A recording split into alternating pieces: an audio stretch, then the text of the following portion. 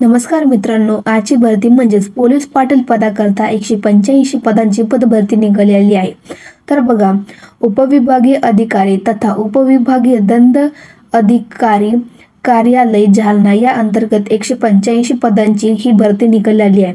या व्हिडिओमध्ये या भरतीबद्दल सगळी माहिती भेटणार आहे, त्यामुळे व्हिडिओ शेवटपर्यंत नक्की बघा। व्हिडिओ आवडल्यास थोडं लाईक करा, चॅनलला सबस्क्राईब करा। जर तुम्ही अजूनपर्यंत सहाय्यक शिक्षक या पदाकरता विविध पदांची जी पदभरती निघालेली आहे ती जर व्हिडिओ नसेल बघितली तर या डिस्क्रिप्शनमध्ये मी त्या व्हिडिओची लिंक देणार आहे, तुम्ही ती व्हिडिओ पण नक्कीच बघा। तर चला आजच्या भरतीकडे वळूया। तर बघा, पदाचे नाव असणार आहे पोलीस पाटील। पदसंख्या असणार आहे 185।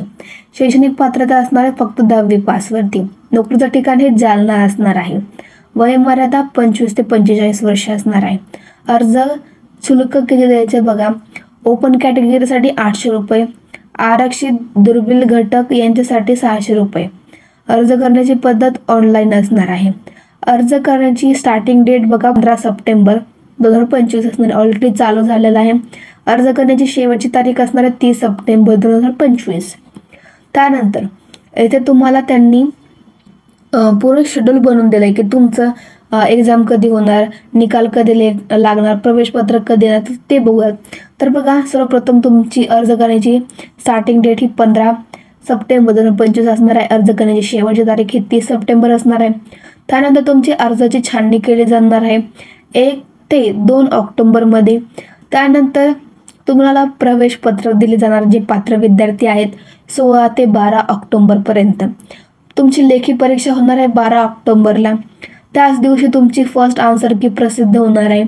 त्यानंतर समजा एखादा प्रश्न चुकीचा आहे किंवा त्याचे ऑप्शन चुकीचे आहेत, त्याचं नॉर्मलायझेशन होणार आहे 13 ऑक्टोबर 2025ला। तुमची जी शेवटची आन्सर की येणार आहे ती 14 ऑक्टोबरला येणार आहे व तुमचा निकाल सुद्धा येथे 14 ऑक्टोबर 2025ला लागणार आहे। तर मित्रांनो, तुम्ही नक्कीच या भरतीसाठी पात्र असेल तर फॉर्म भरायला आवश्यक आहे। त्यानंतर बघा की तुमचे महत्त्वाचे डॉक्युमेंट्स काय लागणार आहेत जे तुम्हाला अर्ज करताना महत्त्वाचे असणार आहेत। सर्वप्रथम तुमचं 10वीचं सर्टिफिकेट, त्यानंतर तुमचं Aadhaar card, PAN card, photo, signature, जर तुम्ही दिव्यांग असाल तर दिव्यांगाचं सर्टिफिकेटसुद्धा ठेवा, कास्टमध्ये असाल तर कास्ट सर्टिफिकेट, नॉन क्रिमिनल हे महत्त्वाचे डॉक्युमेंट्स आहेत जे तुम्ही फॉर्म अपलोड करताना नक्कीच तुमच्याकडे असणे आवश्यक असणार आहे।